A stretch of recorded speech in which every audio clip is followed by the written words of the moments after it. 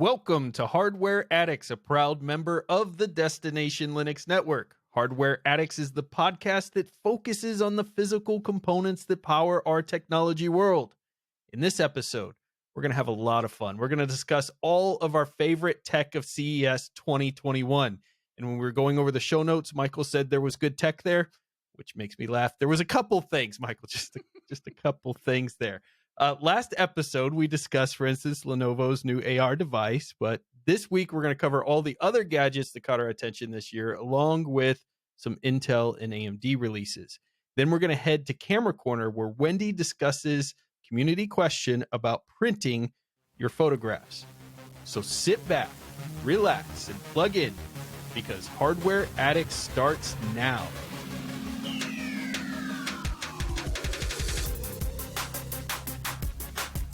I'm Ryan, your tech guide through the universe, and with me today are my two co-hosts, Wendy, our resident photographer extraordinaire and hardware enthusiast, along with Michael, the software sage and hardware Padawan.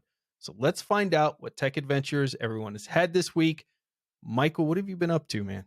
When I moved a couple months ago, and I never had the chance to, because I didn't have the screws to plug in to like mount the monitor. Because during the move, I don't know where they went, but I lost them. So it always happens with screws and things yes. and instructions, and yeah, the VESA screws, I lost those. So I had to order them, and I got them in, and finally I set up the extra monitor. So I had enough for two, but I didn't have the third monitor's ability too. So have that up. So when I did, it's so weird how a little bit of extra real estate space made my productivity so much better. And in addition to having an extra monitor, because it's the third one really, but I changed it to a vertical monitor. And the vertical monitor is, I think, the reason I want to talk about it is because I think it is an underrated orientation for a monitor. Because a vertical monitor is so useful for productivity and having there's a lot of vertical applications you have for communication stuff or just lists that you want to go through while you're working. And if someone has never used a vertical monitor and thinks it's ridiculous, just give it a shot. I think not every monitor can go vertical, or you'd have to get a different base for some monitors to go vertical. Yeah, true. But I agree that having a vertical monitor can be a huge improvement to your workflow, especially when you're dealing with things like walls of text, sometimes chat and other things. But a third monitor, do you really need three monitors, Michael? Yes, I need another one. I need a fourth one. I don't have a fourth one, so I'm just going to stick with the three, unfortunately. But yes, three for sure. I have seen those setups where people have the monitors, like three monitors below or four, and then four over top of those. You get up to 8 monitors and things. I don't know. I mean, it looks amazing, but I'm not sure the productivity really increases with that many screens to look at. But who am I to say, as a hardware addict, do it. Buy as many monitors as you could afford and plug them all in. Right. Wendy, how many monitors do you use? I use 2. Right now, I'm down to 1 because when I upgraded my monitor to this 32-inch 4K, my little RX 580 is like, yeah, where we're doing 4K, you need to stick to 1 monitor right now. But at one time, I had 4, and I really, really miss my multi-monitors. So we need graphics cards to come back in stock so I can have multi-monitors again. Please. We're going to get into that having stock 4 issue. monitors. Yeah, the stock issue is really driving everybody nuts. But I agree. I had my monitor because of lack of desk space at one point in vertical, and I enjoyed it. But I have 2 2K monitors, and so it was a 2K monitor in vertical, and I felt like just kind of losing the joy of moving, like, say, a movie or a picture over there in horizontal mode. Like, to me, a vertical monitor should just be something where you throw text and things on. But I'm sure there's artists and other people out there like, no, I use it every day for actual manipulation of photos because I can get more on there or something else. But to me, anyways, it's more of a text thing. So I'd want like a cheap, inexpensive monitor for that. Well, and I only used one ever for text, and that's exactly this, for things where I needed to be able to read stuff, and I wanted to be able to see more of the text and just what you can see in the horizontal position. Yeah, I think for me, my ideal is, unfortunately, I don't have all the stuff that I needed to do this because I was thinking about getting a triple monitor mount to be able to do it.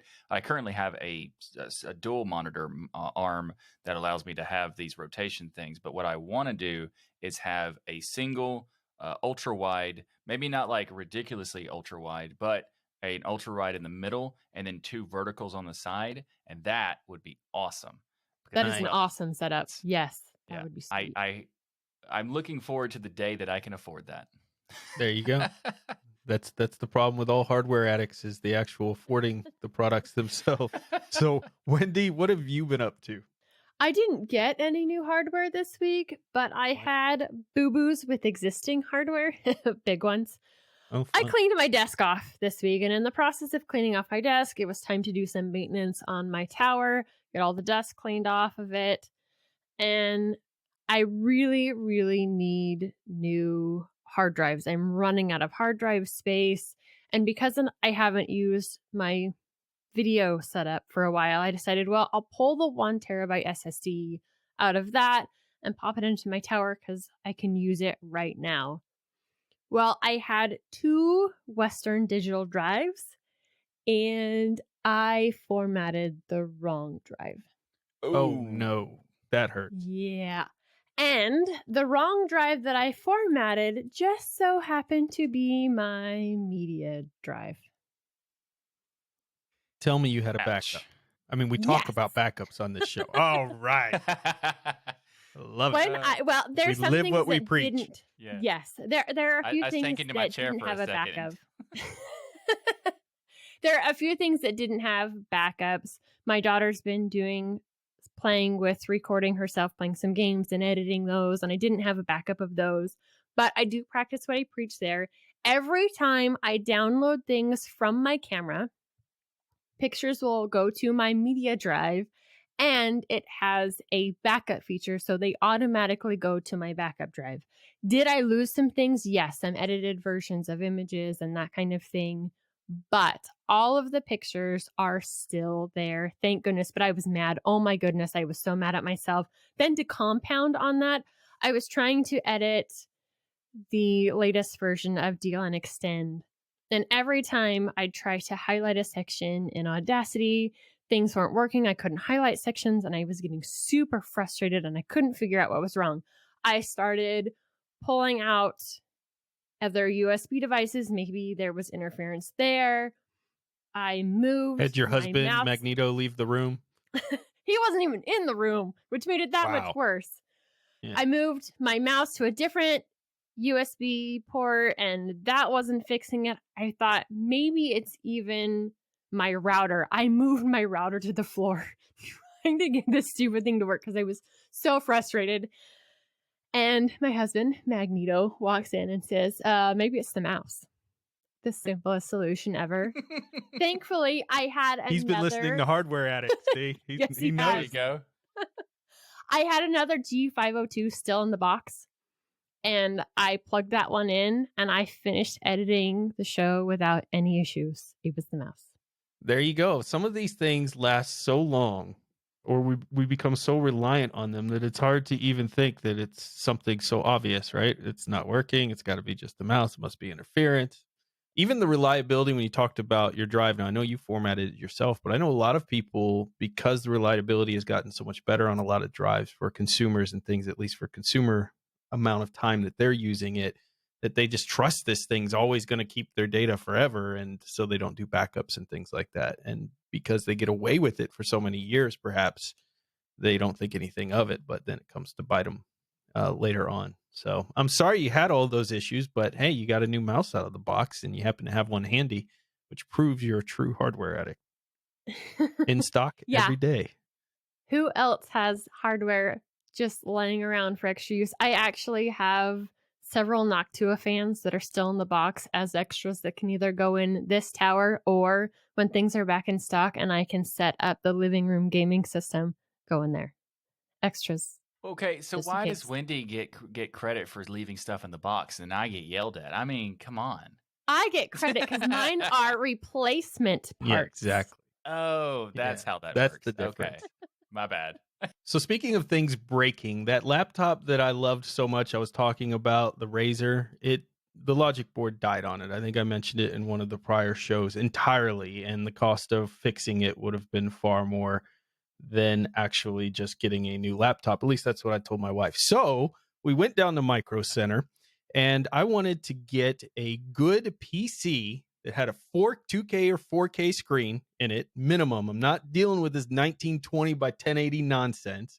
Good color reproduction, really a nice IPS screen, least hitting the minimum of 340 nits, and had a lot of power behind it. And so naturally, because I had such a bad experience with the older Spectre HP X360, I was not looking for another HP. I've had bad experiences with them in the past. I tried this newer updated one, had a bad experience with it. But you, the community out there, when I was talking trash about the HP X360, were like, well, you got the older one. You're not being fair. You have to check out the latest one. So I did.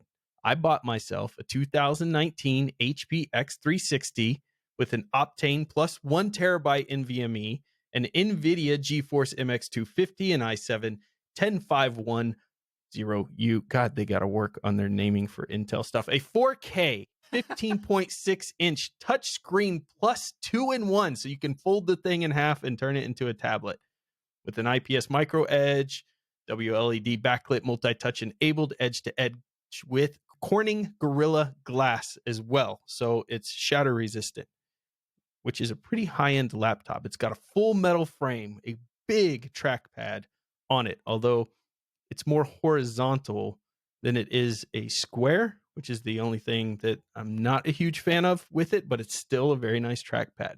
And I've been playing with this beautiful 15.6 inch 4K screen laptop for the last several weeks, really enjoying it. But there's something I didn't know, and I'm sure I'll hear about it from the community on this, that Optane does not work with Linux at all. You cannot install Linux on this machine until you turn Optane off, which means Optane just becomes another 30 gigabyte drive sitting out there that you can store stuff on. And I thought because Intel has so much support out there for open source and things that Optane certainly would work with Linux. But every time I would go to install Fedora or another distro, because I tried several, it just couldn't see the drive until I removed that Optane off of it, which was really interesting. Did you know that, Michael? I did not until you mentioned it previously. Like this was kind of this is a thing that I'm not surprised just because like these when the first Optimus came out and anything that's like an experimental or you see it seems to be like a nice polish effort. They just kind of stop and don't go the full way. But it is shocking that Intel didn't do it because Intel has been an open source. They've been very heavily involved in open source for multiple decades. I mean, I don't remember when they started it, but it's been so long that that's exactly the thing is like I don't even remember how long it's been since they've been like all in on open source. So it is pretty shocking. Now, I will be doing a comparison against this screen and, of course, the Retina on a MacBook 2020 Air just to show the difference. But, of course, MacBook Air is not 4K in here, but may have better color reproduction because this is only 72% NTSC, which I think is pretty much like that borderline of just being your average consumer display there. So we'll see how it compares, but I will tell you I'm very impressed with the build quality of this machine, and the RAM is not soldered on. You can actually replace things inside, including the NVMe drive and things. So the fact that it's repairable, it's a little bit on the heavier side, but you've got that nice ability to turn it into a 2-in-1 and has all these extra features. I think I finally found a PC that can give a dollar for dollar run to the Apple out there, Wow. which is pretty cool. I'm So you're curious as to saying how you like this 2-in-1. I've been looking at them and I've been a little worried about how well they hold up to especially the heavy use. So I'm curious as to how well this works for you. Frame that they have on this, the all aluminum frame with the hinges being all metal as well, and they're really tight on this, gives me a lot of faith. But it's a good point. It's got to be something that you can do that multiple times over and over with, and it doesn't get to the point where the hinge is so loose your monitor just shakes all the time. So we'll see, given some more time with it. But I'm very, very impressed with this machine. It looks beautiful. It has the right parts inside. They didn't cheap out even on the speakers. The speakers are fantastic inside this. So they really went for that premium, and I'm shocked it came from HP.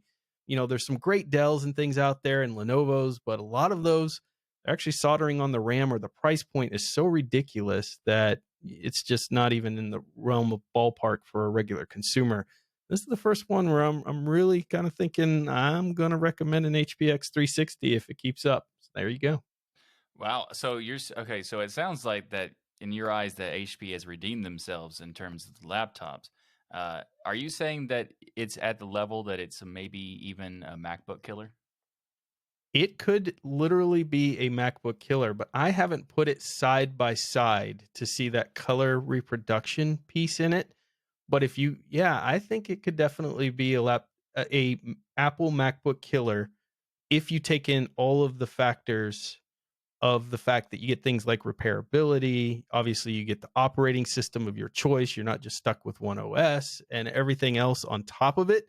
I definitely would say this might be something to get over any Apple product out there. And the Nice. community The was color right. of it really isn't bad. So NTSC is well above sRGB, which is what the color profile is typically for internet, that kind of thing. So I am curious as to what the side by side comparison is between this and the Apple. I'm pretty sure that Apple's like 400 nits minimum. This is 340, but it may not even be noticeable. So yeah, it'll be cool to do a video on it, and I'll show everybody what the differences are. This episode of Hardware Addicts is brought to you by DigitalOcean. DigitalOcean recently announced their new app platform service, which is a solution to build modern cloud native apps. With App Platform, you can build, deploy, and scale apps and static websites quickly and easily. Simply point to your GitHub or GitLab repository and let the App Platform do all the heavy lifting for you. It has support for multiple programming languages like Node.js, Python, Go, PHP, Ruby. It also has support for static sites, Docker, and container images. DigitalOcean runs their app platform on their own infrastructure, so your costs are significantly lower than with other products. And they built this app platform on top of DigitalOcean's Kubernetes, providing a smoother migration path so that you can take more control of your infrastructure setup. And as a listener of the Hardware Addicts podcast and a member of the DLN community, you can get started for free, actually better than free, because DigitalOcean is giving you a $100 free credit when you go to do.co/DLN. Again, go to do.co/DLN to get started with your $100 free credit on DigitalOcean's new app platform. And we want to thank DigitalOcean for sponsoring this episode of Hardware Addicts. All right, so last week, the Consumer Electronics Show, which is a global event where companies show off their latest and greatest technology, innovations, concept ideas, and set the stage for what the tech companies are going to be working on this year, kicked off. Of course, it was virtual this year, but they had a lot of interesting gadgets. And I'm not going to spend a lot of time on some of these gadgets because I know people are like, get me to the Intel and AMD part. But some of them really piqued my interest just as a hardware addict altogether. Like, for instance, the first device that caught my attention is this little PocketTalk device. While PocketTalk isn't brand new, it's basically a portable language translator, making it even more easier, especially if you're an international traveler, a teacher. They even donated a ton of these to first responders during COVID, which I think is awesome, so they could talk to people who may speak a different language. And this particular device is an upgrade from the previous generation. So it's completely portable language translator. So you're not burning out your phone and things trying to use the junky translators that are generally built into it. It's got a bigger screen, which makes it much easier to read. So if they can't hear it well or whatnot, you can just kind of show the screen. Bluetooth connectivity for hooking up to external speakers, which I could see would be really useful in a classroom setting, things like that. But my favorite thing was the auto language detection. So no need to select the direction of I want to go from English to Japanese or whatever language is being spoke. It will automatically detect that and be able to translate accordingly. And that to me was really awesome. Not only the fact that the company's been involved in the community with the first responders and COVID and things like that, but just the fact of how cool it is to have a device like that on your hand that now language is no longer a barrier. It reminds me, Michael, of Star Trek. Mm-hmm. Very much so. Yeah. It's like it's like the first step to the Star Trek world of having a computer do the translation automatically, or even maybe the first step to Babelfish. and that sort of stuff. So that'd be really cool. But maybe What's that's a little too far. Battlefish? Oh, Babblefish. It's like Hitchhiker's Guide. I got you. I got you. That's right. Yeah. So that'd be really cool. But the this is actually way more close to the Star Trek realm. And that itself is fantastic. The auto language detection, that's kind of like magic. Just someone starts talking, you're like, okay, detect, great. Now what did they say? Like that. That's pretty much like that's pretty much Star Trek. It's just other than having to have a device and it's not always around you. We're getting close to that, maybe. So. We are. I think it's amazing technology, and I know that a lot of people who travel talk about the fact that their phone's battery end up dying a lot when they're using these type of services. And when you're on a trip and you're trying to use it for GPS, you're trying to use it for other things.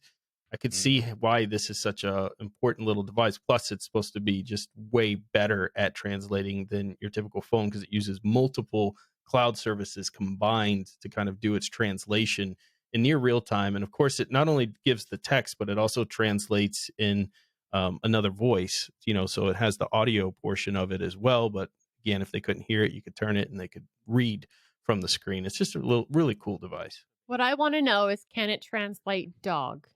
You know what? We'll have to reach out to the PocketTalk people to see if they have figured out how to talk in puppy language. We must know, but probably squirrel. Exactly. The other device that caught my attention is the LG CineBeam projector.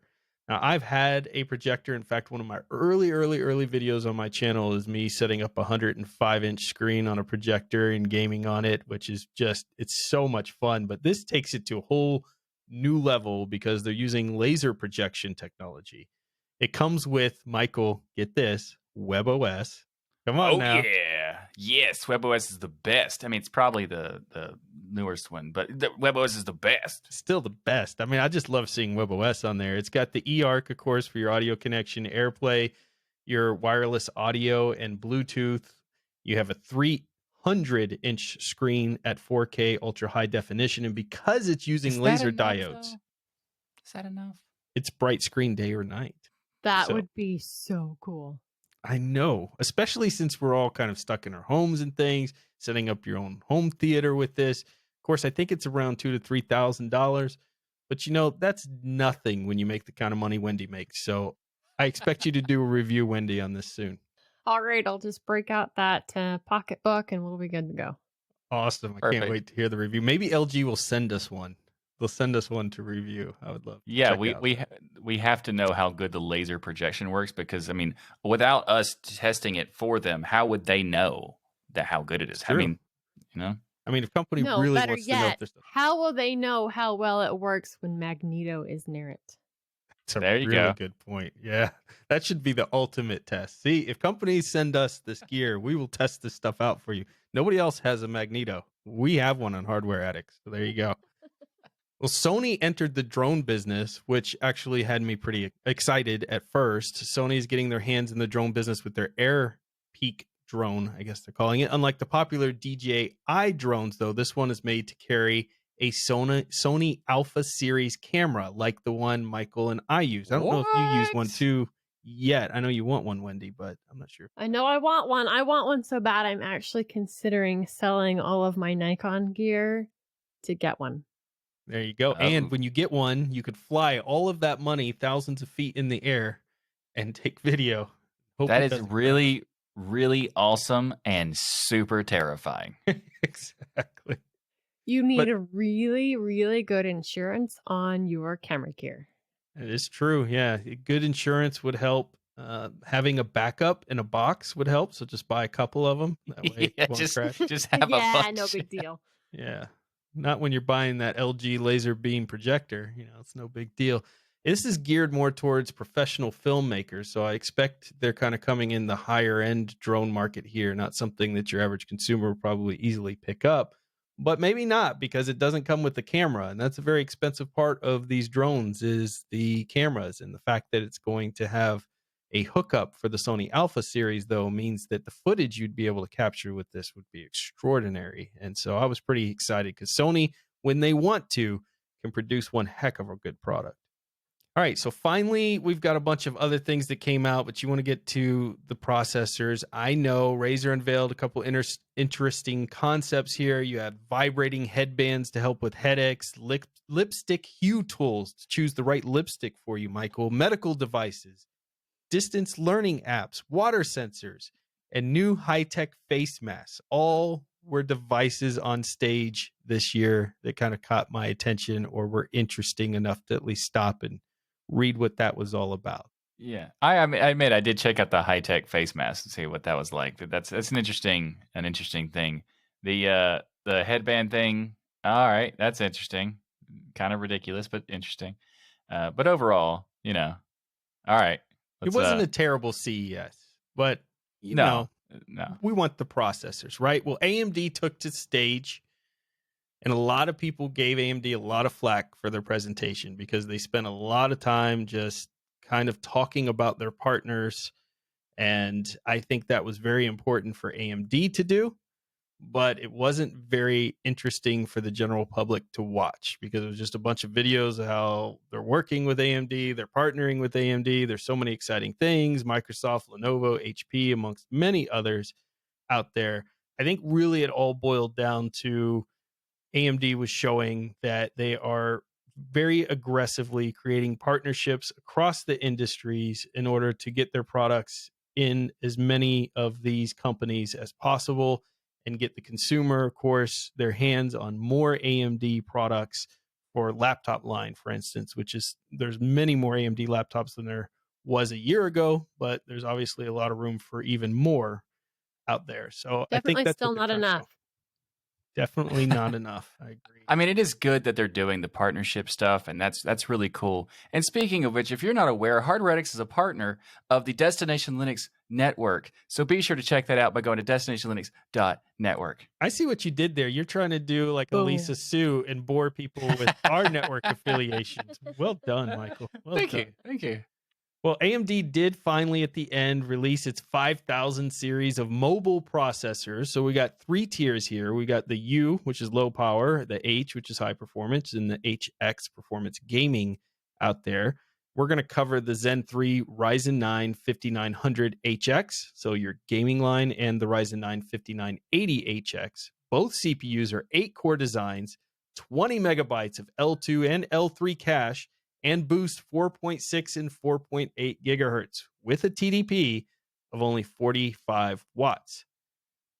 That's pretty awesome. I think this is a nice lineup. The problem is, and this is going to be the same feedback I'm going to give you for AMD and Intel, is I kind of yawned through the whole thing. Not because these aren't great products and they don't look like amazing CPUs that I would love to have my hands on inside of a laptop, but because there is no stock anywhere of anything, I've just become numb to these announcements at this point. Yeah, because you know That that is you an can't interesting problem. actually go out and pick one up, which is extremely frustrating. The graphics cards that were released earlier this year. Yep, can't get one. So what does that mean for when these will actually become available? How far down the road? That's the big question. And they also unveiled this amazing 280 watt. So this is not a power saver here. Threadripper Pro chip. This is a 64 core 3995WX that has 288 megabytes of cache and runs at 2.7 gigahertz base frequency with a 4.2 gigahertz boost frequency, followed by the 32 core.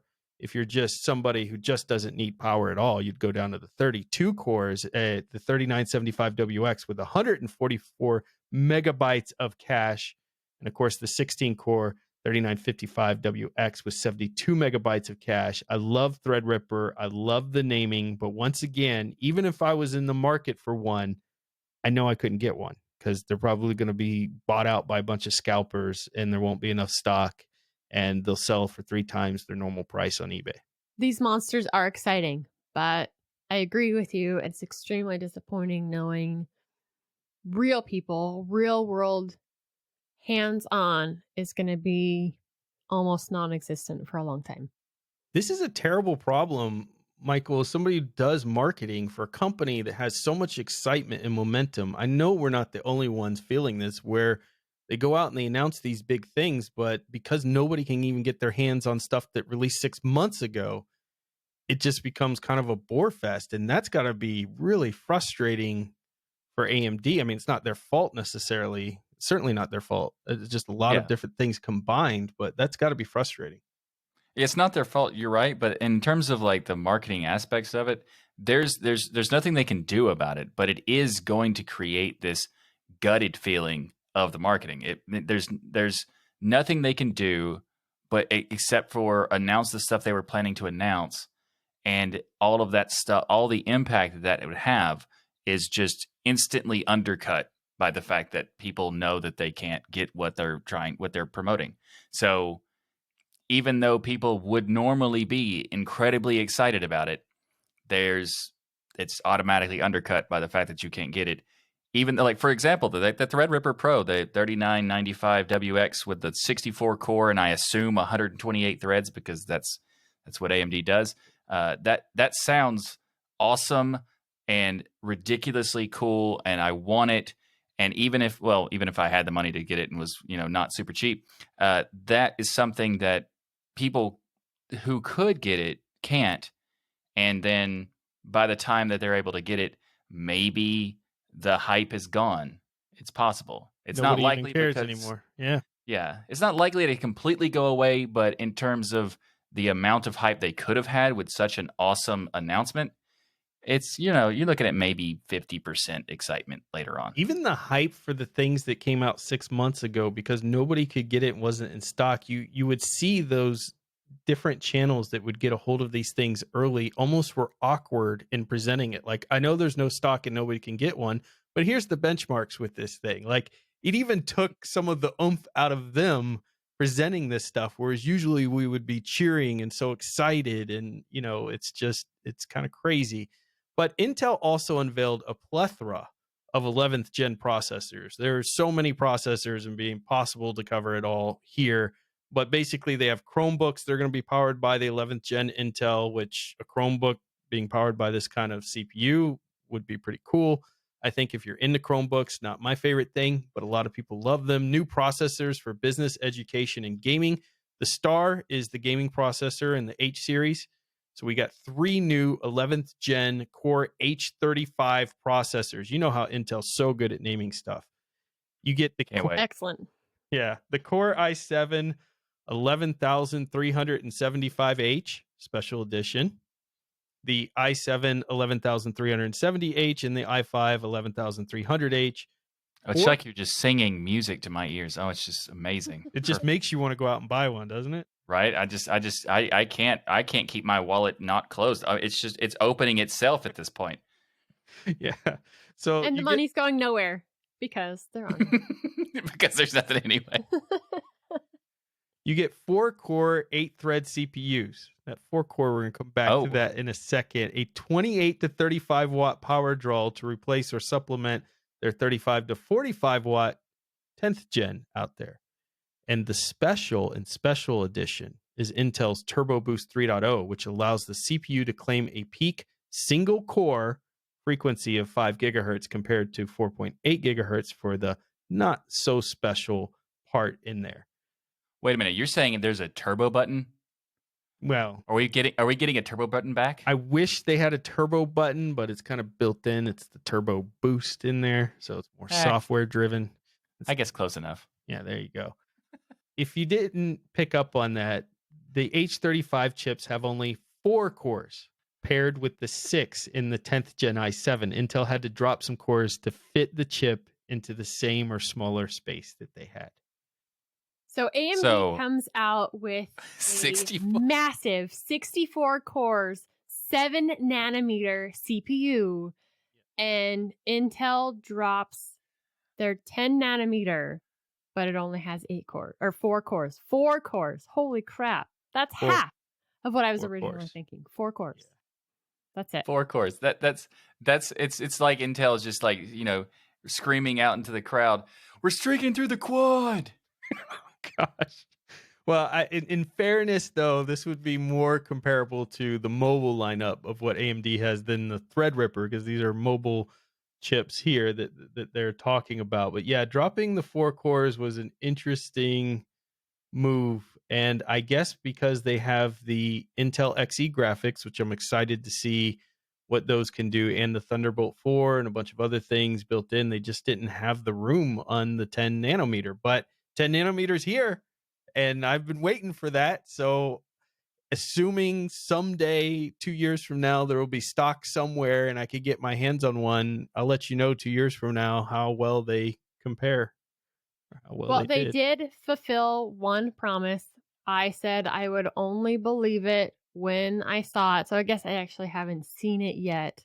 But they are announcing that they will be eventually available for purchase. I'm just glad to see Intel making some moves, because AMD, I think, talking about all their partnerships and things that they're making, a lot of that has to be due to the fact of them just dominating from a marketing standpoint, from, of course, a speed and processor standpoint. And Intel was kind of just sitting out there with 14 nanometer trying to overclock that thing to call it a next gen over and over again. And eventually, now they've got this 10 nanometer out. I think they'll have 7 nanometer, hopefully, at some point. We'll see. So that's CES 2021. Michael, what was the most exciting product we talked about in your mind with CES 2021? Well, I mean, I think there's two, and one is basically is a combination of the one for this episode and last episode, because I think the AR stuff from Lenovo is really interesting overall. So I would say that's one in the top of my list. Also, of course, the lipstick hue detector that is I knew you'd also like that. Yeah. yeah. I'd like it too, frankly. I mean, you want to have the right color. Yeah, of course. You gotta match and make sure it hits your cheekbones and everything. I don't know what I'm saying. Lipstick on the cheekbones? I'm not sure. No. It's making sure that your blush and your lipstick match and it's contrast. I It's, got you. So when you Michael gotta, puts on his makeup, he looks like that 2-year-old who's gotten into hey, mom stuff. Exactly. And He's got lipstick no, on his cheeks. it's no. It's because you streak it out to the side and you're like, you want to know how I got my scars? Like that kind of thing. I Yeah. gotcha. Wendy, what excited you about CES 2021? I'd have to say one of the things that I would really love to get my hands on is that projector. I've got the one that attaches to my phone. We've had a mini LG projector that we absolutely loved and used for a long time until it died.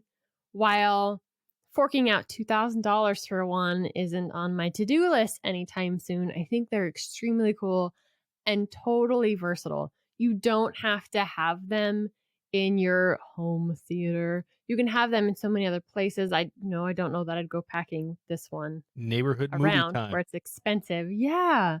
But get-togethers, movies in the mountains, all kinds of different things that you can do with projectors. And they've made this one so much better.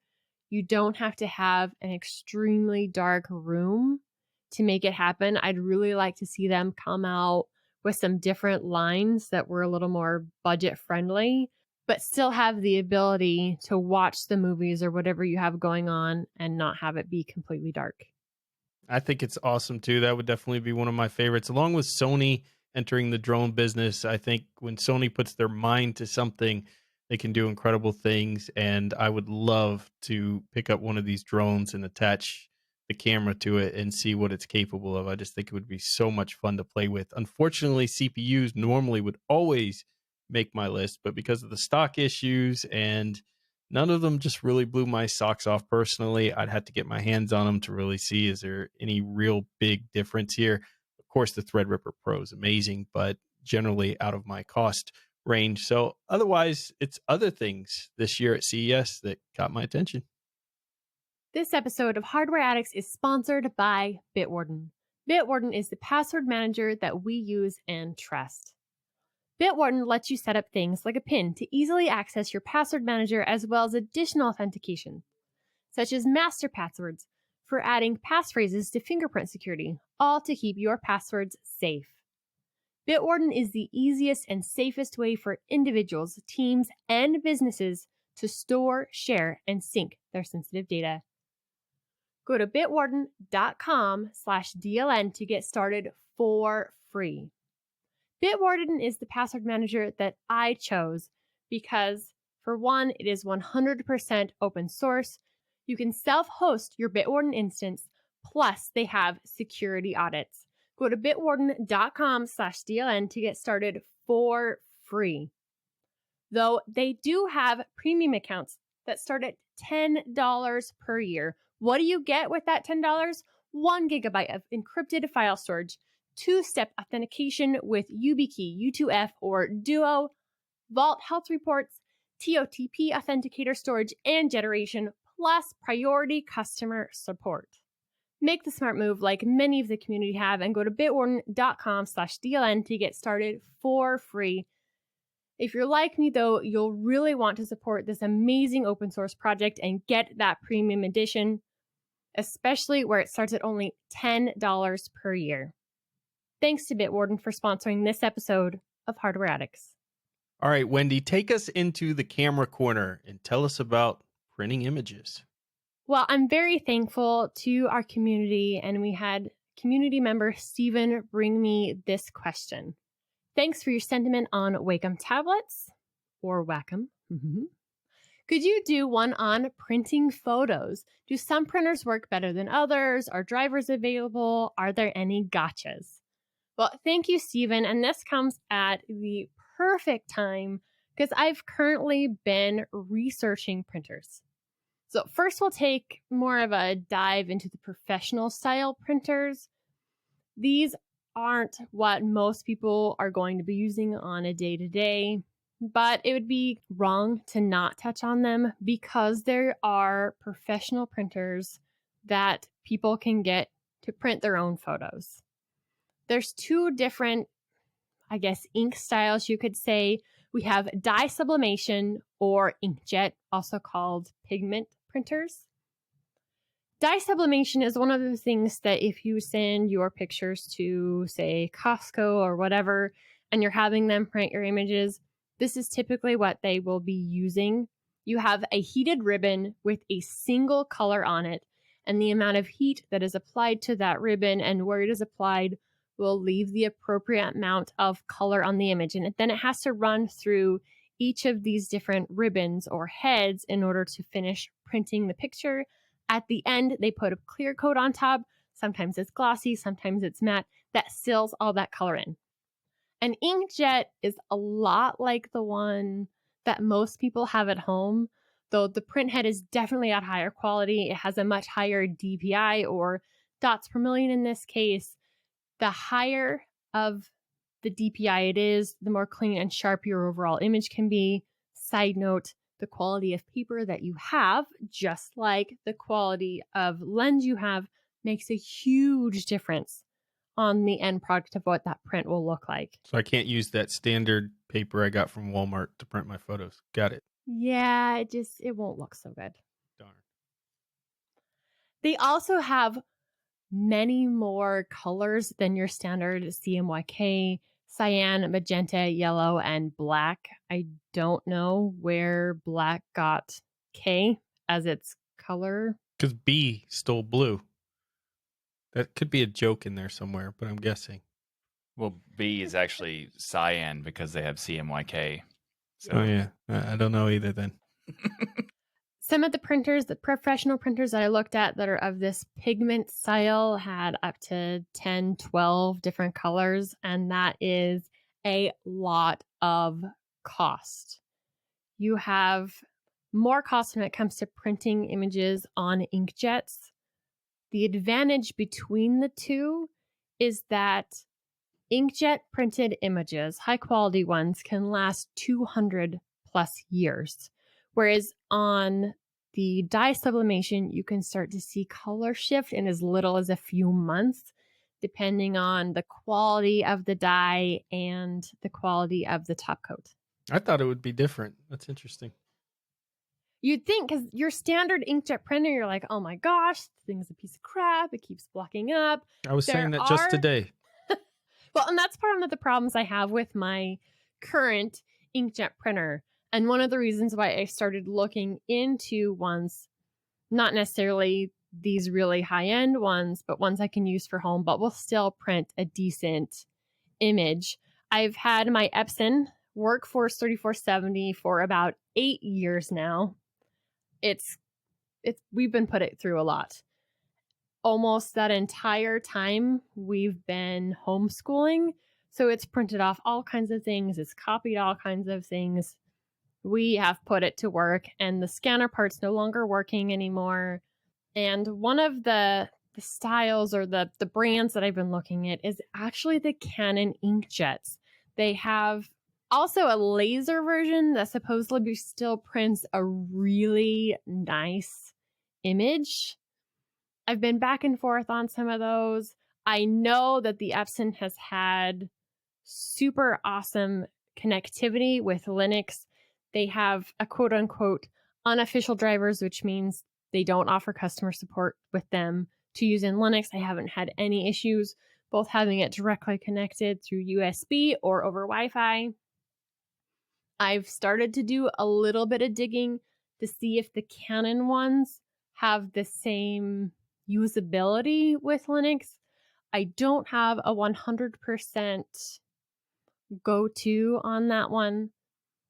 It's kind of hit or miss with all of these. In fact, taking it out of the photo printers, I've had multiple Epsons, multiple HPs, Brothers, Canons, and it really just depends on the particular model that you get, whether it's going to have support. And even its support in your standard Windows operating systems can be terrible for some of these printers. The drivers, or malware, I'd like to call them, that they stick on your machines. And it amazes me that printers have been around this long and they're so expensive, and the ink is so expensive, and their drivers, getting them to actually print is still this much of a hassle in getting them to work.